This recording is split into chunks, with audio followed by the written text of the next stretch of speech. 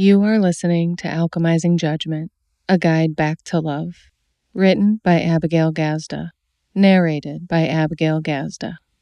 Part 3, Faith Pillar. Chapter 16, Trust and Transcendence. We have arrived at the third and final pillar, faith.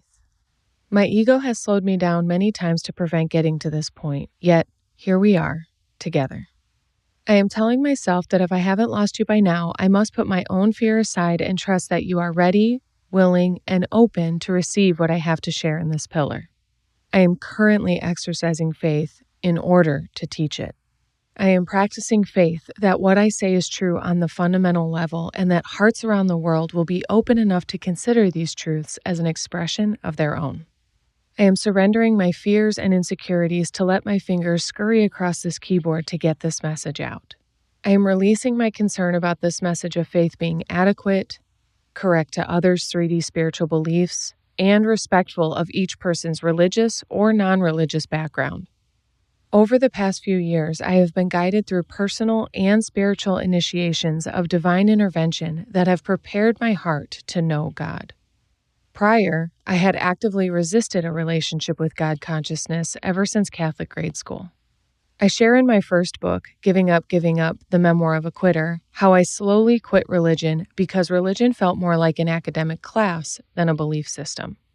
I share in that book that I never actually felt connected to God for myself and therefore had never internalized a relationship with Him that caused me to show up to church on Sundays. It was always an association of obligation, and since I rejected my faith, I rejected the center of that faith, God. The way that religion was associated with school made it just a grade in my eyes. Learn the parables, memorize the characters, remember the dates and locations, regurgitate the lessons, and get the grade. There was nothing authentic or energizing about it for me. There was nothing organic about it, nor did it make me feel connected to a force greater than myself. In fact, if I had any faith at all at the time, it was believing that my Grammy Rose was my guardian angel, looking out for me from the clouds, preventing me from making mistakes and wrecking my car. I would hardly call that a spiritual connection, but it was all that I had in times of confusion and rejection of faith. This began to shift after my personal awakening of divorce. It certainly didn't happen right away. Rather, it has been a 4-year-long unfolding that has led to this exact moment of feeling empowered to teach you what I know. In the very beginning of this book, I shared with you that the source of all that is love. Love is the core of everything. We all have direct access to it because we come directly from it, and we go back directly to it. So if you are anything like me 4 years ago, know that when I reference God, I am referencing unwavering, unconditional, unadulterated love as an identity itself. I am actively choosing to use the name God because of how confronting it was for me to work through. So many people have been hurt, harmed, and ridiculed in the name of God, and recreating my understanding of the God expression of love has been the most challenging for me. I have felt called to share the benevolence of God so that it may bring even one human closer to the love available in the healing of what we might call the God wound. Our relationship with this entity has not really been our own.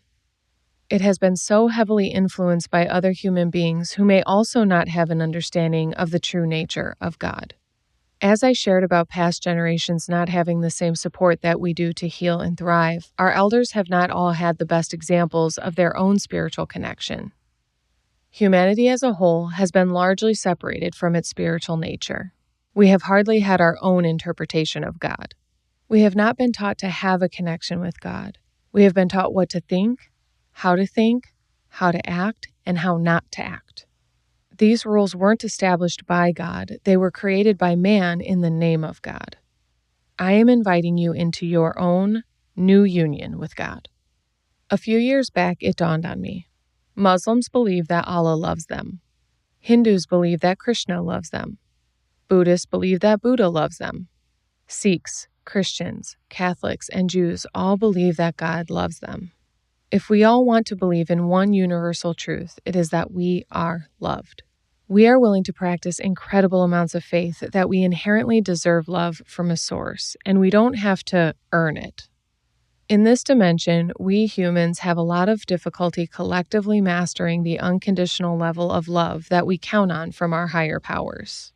What I realized during this discovery is that anyone can name their higher power anything. We are all talking about trusting in and praying to a source of unconditional love. To be really specific, even love is also just another word for it. At the core of all that exists, there are no words. There is no definition. It is out beyond the fifth dimension that any and all separation completely disappears. In order to help explain it, we must define it and shape it for comprehension. But the more you come to know it for yourself, the more you understand there really are no words for it. When you know this, you also know it doesn't matter what you call it. It is all that is. It is the truth and the light. It is everything and nothing. You just know or you don't. It is my commitment in this pillar that you gain access to it. So while I will reference God in this pillar most frequently, you are welcome to swap out your favorite 3D human mind constructed representation of love. I will be using his holy name because it has caused me the most turmoil and growth over the course of my life, and if I can help even one heart heal their relationship with him, I will have done the job I hoped to. I will never forget how pissed off I was in my coach training program during the month we covered spirituality for our training. Why does this even have to be about God? I scowled. I actually skipped some of the journaling prompts that asked directly about God and jumped to the ones about spirituality because I did not relate to them as one and the same. I could tell the leaders were producing their desired results of triggering us with the use of God, and it pissed me off even more. It was proving some point that I didn't even know it was proving, and I could not recognize the lesson at the time. Instead, I struggled most of my way through that month and held my breath until it was over. This training situation didn't bring me any closer to God at the time, but it certainly revealed some serious completion work I wasn't aware of needing. I thought that because I was vaguely spiritual and believed in my Grammy Rose guardian angel, that I was doing okay in the spiritual realm. It had not seemed important to heal my broken relationship with God. I believed that so fully that I worked on integrity and alignment in every other area of my entire life before arriving to the conclusion that the necessity of healing my relationship with God was never going to fade away. You guys, when I say every other area, I mean it. Relationships, health, career, well-being, relocation, past traumas, business, finances, current events, world issues, others' transformations, underwater basket weaving, you name it. I did every single thing possible to get away with just never having a relationship with God. I started more spirituality practices like meditation, journaling, and channeling to feel like it was enough. The more integrous and aligned I became everywhere else in life, the more obvious it became that God wanted to make a connection. What I knew about my behavior was that the way I was now avoiding it meant it was going to be the most important breakthrough I could have to access my next level of life, self, and purpose. It took one of the most incredible coaches I've had to bring me home to God. He has a coaching ministry that serves from its own unique commitment to help any and all that are willing to come closer to God. He seemed to have a direct line to the divine and helped me shed my lifelong grudges against the idea of God, as well as get many of my personal questions answered. I had a pretty decent personal development style spirituality practice of journaling and meditating when I met this coach, and he kept inviting me to pray. I remember ignoring his first few invitations as if I hadn't heard them. Fortunately for me, he didn't stop encouraging and also didn't stop asking if I had prayed about whatever I was lamenting about. I wrote about it, but I didn't pray about it, I would often answer kind of timidly. I was really putting off his prayer strategy as if it were a strategy. I didn't believe in who I thought I was praying to, so it felt pointless and even frustrating. It was after a bit more avoiding that he shifted his invitation from praying to God to exploring who I thought God was. What I know to be true about God is that he is omnipotent and benevolent, he would gently offer. When I looked up those two words, just to be sure, I remembered the age-old chant from grade school, God is good all the time, God is good. This brought an innocent memory and smile back to my face, and I became more open to what he had to say. Over months, he kept sharing with me exactly how omnipotent and benevolent God is by reminding me daily with the same patience, grace, poise, and certainty. He didn't so much tell me as he did show me through his own display of inner peace. He listened to my judgment and resistance without judgment or resistance. Things really shifted when my coach helped me see that my understanding of God is not my own. My visual of God was based on the Catholic version, a gray-haired man in the sky who greets you with the scroll of your sins upon your arrival at the pearly gates. He sits there waiting for you on your judgment day. Like, really? Judgment day? Ready to review your life and make the deciding factor on your eternity? That was the idea of God that I resisted and rejected. Beyond my intimidating imagery, I had a bone to pick with Mr. God. Why did my parents have to get divorced? Why did my mom struggle? Why did my dad struggle? Why do bad things happen to good people? Why do people do horrific things to each other? Why is there hunger, illness, and suffering? Why? Most of us have our particular flavor of this barrage of unanswered questions for God, and many of us never get our answers. Instead, we keep our resentment for a universal identity that has become the scapegoat of our earthly turmoil. I had a lot of grudges, resentments, and resignations about him as a being and had collected enough evidence against him to not feel safe trusting him with my life and prosperity. I didn't really feel like relying on him to come through for me after feeling so alone throughout my life. From divorced parents to tearing my ACL in college basketball to the disappointment of my teaching career being nothing I expected, to divorce, to the pain of divorce, I just really didn't believe that God was all that great. From my own life to witnessing the incredible struggles of others' lives, I couldn't sense the presence of God. He felt pretty made up to me, and that made me angry because it felt like a means of man-made control and power. In a world that has so much pain and suffering on massive and criminal scales, I could not comprehend how this God we were all praying to wasn't interceding to bring justice, protection, and peace to the world. I was in full-fledged doubt of this omnipotent and benevolent God. Sprinkle in the Catholic guilt concepts about the wrath of God and the expectations of being God-fearing people, and it was a hell no to the whole idea of God.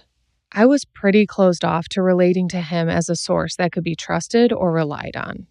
I was deeply resistant to putting my trust in a man I had not met and was somehow expected to count on. I have never been more vulnerable about my complete and utter distrust of this entity until right now. Naturally, I have kept most of it to myself for fear of offending. I was afraid of turning away readers of great faith in God, but I want to be real about the actual evolution I've had. I know that I am not alone, and while you may have not had my exact experience, I am guessing you can relate in a few ways. Although it feels vulnerable, it feels worth sharing because if I can heal my relationship with him, there could be something available for you too. Again, this doesn't have to be about G-O-D. It may simply be about connecting to a source greater than you.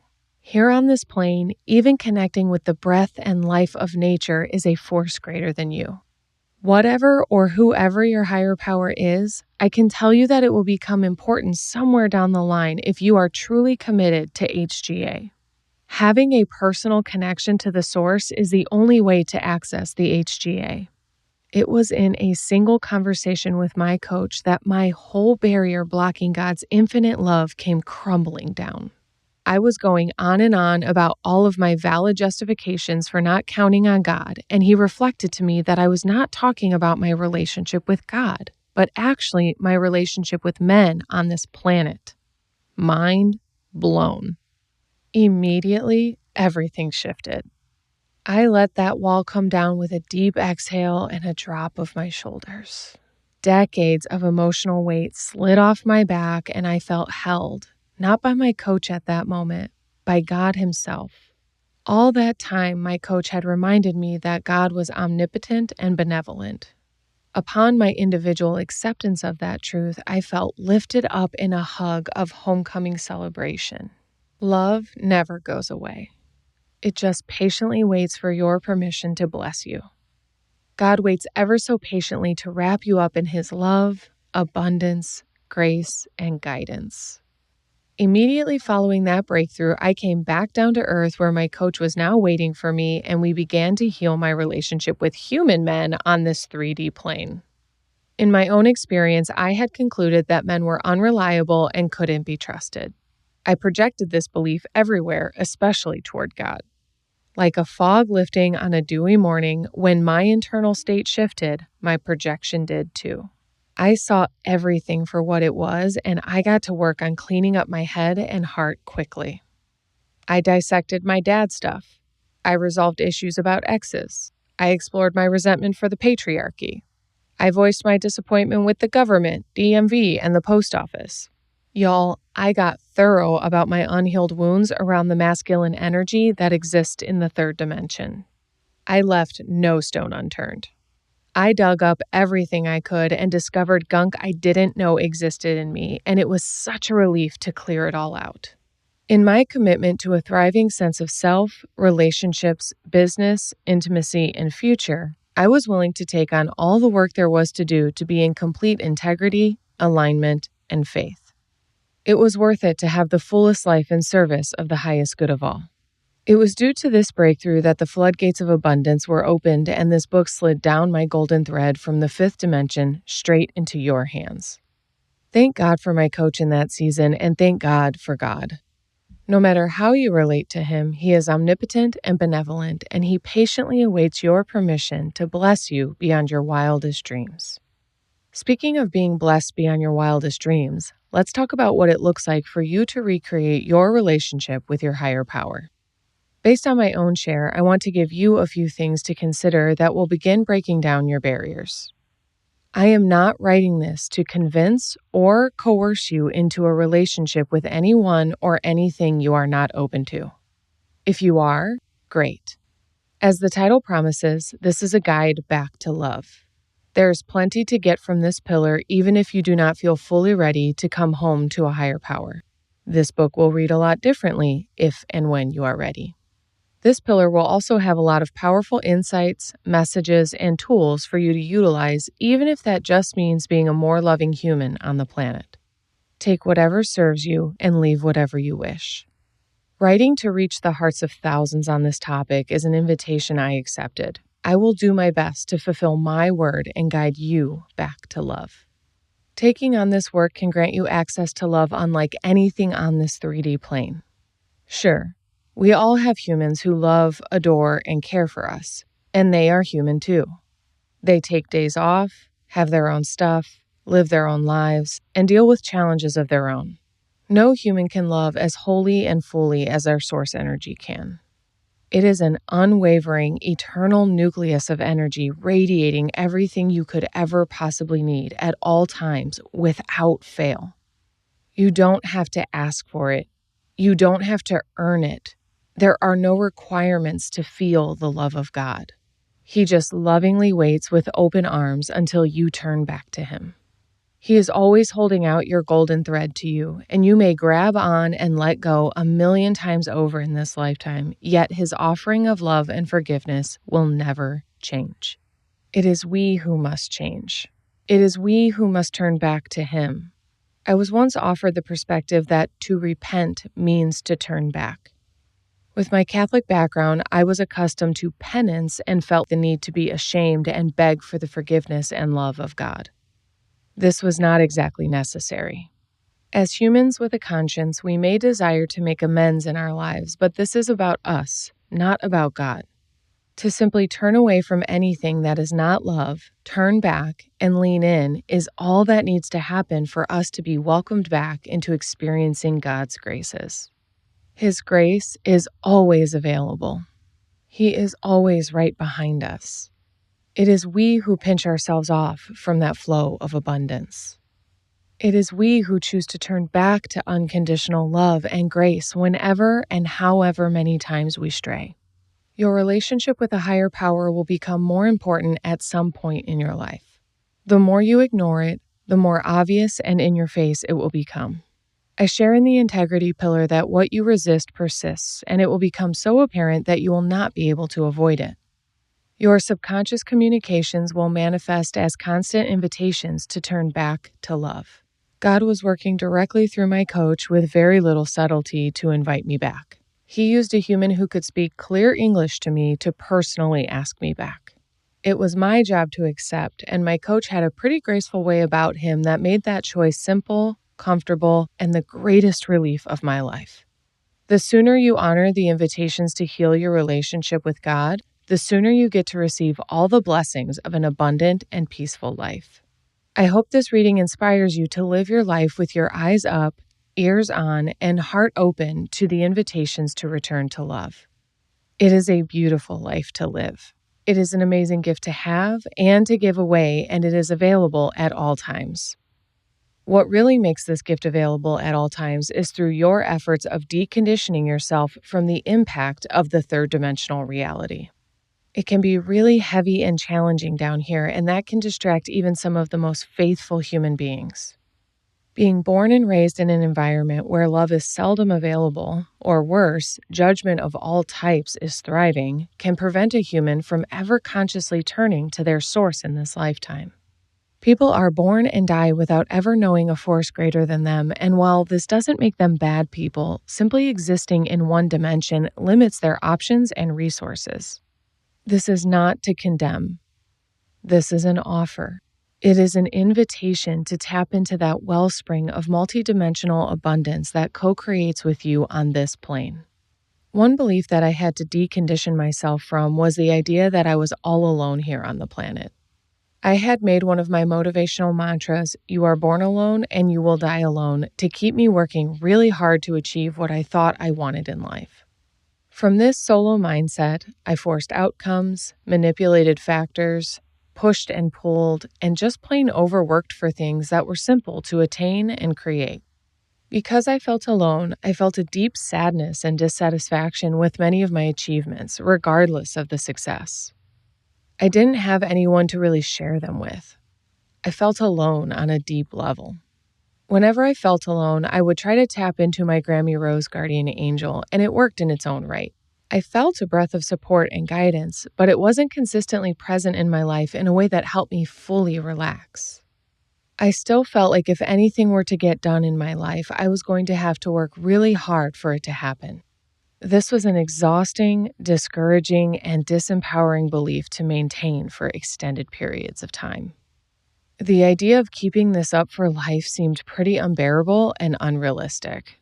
I became way more willing to decondition all of my disbelief once I felt that homecoming hug from God. Hear me out when I say this. Just because I felt His love and presence doesn't mean I fully understood how to release decades of fear and distrust. My human heart had a lot of experiences and evidence about why God was unreliable and couldn't be trusted. Even after months of practice from that breakthrough, I had to catch myself turning away from God out of habit or self-preservation. Our greatest practice to experience love comes in the form of relationships. When we find healthy relationships, the love can feel like a fire hose of abundance once we open ourselves up to love. For me, believing and maintaining the concept that men are unreliable definitely got in the way of me fully trusting that men wouldn't break my heart like so many had before. I would definitely catch myself defaulting to self-preservation survival mechanisms in my relationships, not because we did anything to each other, but as a result of being dead scared of being disappointed yet again. This would deteriorate intimacy, trust, and the potential of the relationship. Becoming aware of and responsible for this behavior prevented me from sabotaging relationships with the most predictable fear of all time. This is too good to be true. I stopped letting fear and insecurity interfere and allowed my relationships to be great. I allowed myself to love and be loved. I allowed abundance to wash over me as well as my relationships and expanded my capacity for receiving love and blessings. Don't get it twisted. Abundance can be uncomfortable. We have been made to believe that we are undeserving, flawed, broken, unworthy, and more. We have so many unconscious reflexes to deflect abundance strictly because of the discomfort of receiving. Too many blessings coming at us with such ease and flow literally feels foreign and wrong to us on a cellular level. This tricks us into sabotaging our prosperity just so we can level out into what's familiar: average, moderate, mundane, and mediocre. We know what to do with those feelings and modes of operation. We don't exactly know how to act when extraordinary experiences are constantly available. We must recondition ourselves to be able to receive a larger capacity of amazingness and be okay with it. I am committed to giving you as many tools as possible in this book to utilize in your own life to make room for the most extraordinary experience you can humanly tolerate. Based on so much information from the integrity pillar, we know that people act and react unconsciously in life and constantly repel blessings as a byproduct of conditioned scarcity, lack of faith, and heartbreak. We do this automatically, but now you know it doesn't have to be that way. You do not have to subscribe to the beliefs that life is hard, people are awful, and everything is hopeless just to condition your heart not to experience hurt. It is a bass-backwards approach to protecting yourself from pain. I hope my story opens you up to consider how you may be blocking abundance and sabotaging your success as a result of past fear, hurt, and trauma. I wanted to begin this chapter by telling my spiritual story in full detail because I believe it will make many lessons of the faith pillar fluid from this point. I learn and teach best through examples, and I think these rather intangible concepts are most easily understood in the third dimension with 3D examples, so let's give this a go. I want to dive face first into faith by explaining the mythical wonders of trust and surrender. As per usual, I will be taking the magic and mysticism out of these two concepts because I think these important aspects of faith are often lost upon us even if we are committed to practicing them. Before I begin sharing a few invitations, I want to lay a thick foundation of belief that I implore you to live by. You can have it all. If I had a nickel for how many times people tried to convince me that I would have to compromise the fullest version of my life, I'd be a millionaire solely through that. And at some points, I have compromised it. Early in my life, I did not truly believe that I could live in Southern California, work for myself when, how, and where I want, much less with whom I want, and make as much as I want. I especially did not think I'd be able to do this while also traveling, writing books, having the relationship of my dreams, and building a global company that positively impacts people and supports them living their absolute best life. That was not a reality for me. That was a movie scene.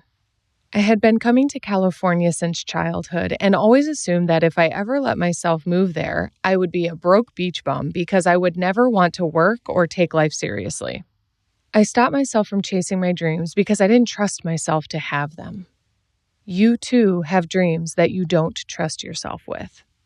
I even settled for a different dream when I married my college sweetheart and planned to settle down in the Midwest to have a family and live a corporate employee suburban lifestyle. There is absolutely nothing wrong with that lifestyle, and at one point I thought it would be my best life. What I knew and ignored was that I was no 9-to-5er, and I am not built for winter. God had more perspective than I and removed that marriage from my life.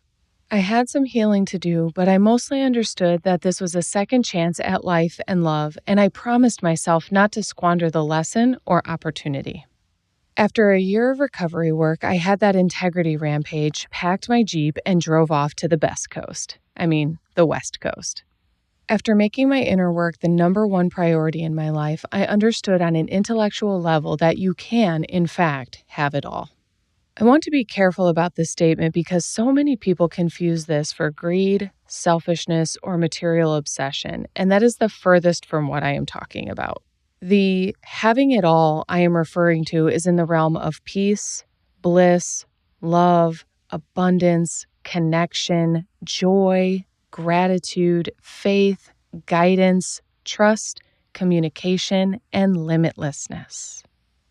To better understand how that looks in the real world, your all doesn't have to look like anyone else's. Even the having it all of your past isn't the same as the all of your future.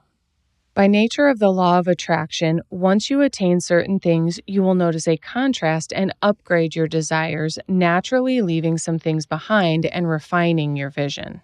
Having it all may look like material things, of course. We don't have to make that bad or wrong. We came here to fully experience this life. But we also came here to fully engage with our existence, meaning that having it all may look like having very little and enjoying every minute you are here. You will have your own definition of having it all, and your heart will tell you when it is full or help you identify what is missing. This definition will require you doing the inner work of knowing your own version of satisfaction and success. If you learn how to listen within, this having it all will be in alignment with the highest good of all and will also be a contribution to the collective. This is about fulfilling our roles as cells in the body of humanity and purpose. Some even consider this honoring God's will. However you think of it, you will feel divinely led down this path. This, my friend, is where trust and surrender become the most important skills you have. I want to be so clear when I tell you that you are galactically cared for, protected, provided for, and loved. You are never alone, and you always have a universe of resources available to you. To trust this truth will open up the floodgates for you. Trust is about relaxing into the knowledge that what you have asked for is here or on its way. Ask, and it is given. Ask, and you shall receive. From here, your responsibility is to surrender how it will show up in physical form and live with those eyes up, ears on, and heart open, ready to receive. There is a bit of a trick here because when you ask for patience, you are given opportunities to practice patience. This means that those opportunities will test your patience and feel like the opposite of what you asked for. This trains and conditions you to be patient. Another example is praying for the gift of being calm. You will be put into situations to practice being calm, cool, and collected. This means those opportunities will test your balance and feel like the opposite of what you asked for. This trains and conditions you to be calm in any situation because you have a new point of reference. One more, because this is fun. When you ask for money and to be rich, you will be put into circumstances that teach you what it feels like to not have money and to appreciate, manage, and respect it. This means that these opportunities will test your money management and feel like the opposite of what you asked for. This trains and conditions you to honor your wealth because you have a full understanding of what it takes to be wealthy. We learn through our own experiences. Even now, as I share all of this information that you may understand intellectually, you will not internalize these lessons until you walk through them yourself. Your own trials and errors will solidify your inner authority, and you will learn to trust your internal guidance system. Your internal guidance system is your intuition, and that is in union with the source. Gut feelings, intuitive hits, and pings of inspiration are all tugs on your golden thread from the divine. Your skill in trust and surrender lies in quieting the outside world to listen to the inner one. You must trust that what you hear from within is perfect for you, and you must constantly give up that your ego self, your thinking brain, knows better than the whispers of your heart. Surrender is about giving up your self-identity to trust and honor what you hear. This can be a bit scary and uncertain as you get started. It takes courage, but as discussed in the alignment pillar, there are ways to strengthen this skill and even master it. Something you will have to do on a conscious level is practice patience, acceptance, and forgiveness of your own humanness. This is where transcendence joins the show. When you are operating with full levels of trust, constantly surrendering to divine guidance, and forgiving the human self for its humanness, you will practically be levitating through life. This is not in a better than kind of way. This is in a full-blown leadership kind of way. This as in a purely inspired kind of way. This is the complete embodiment of being an alchemist, and people will be able to witness the source of love in your presence. If you commit to trusting and surrendering on a moment-to-moment basis, you will transcend and lead people home effortlessly. You will be living an extraordinary life filled with and fueled by love. You will be thriving in service of the highest good of all, and I can promise you that whatever definition of abundance lies in your heart of hearts, you will certainly be having it all. Thank you for listening to this reading of Alchemizing Judgment. If you enjoyed this reading, please like this video and comment a review below. I also invite you to subscribe to my channel, Abigail Rose Gazda. To read and listen to more of my books, visit abigailgazda.com/books. Thanks for tuning in.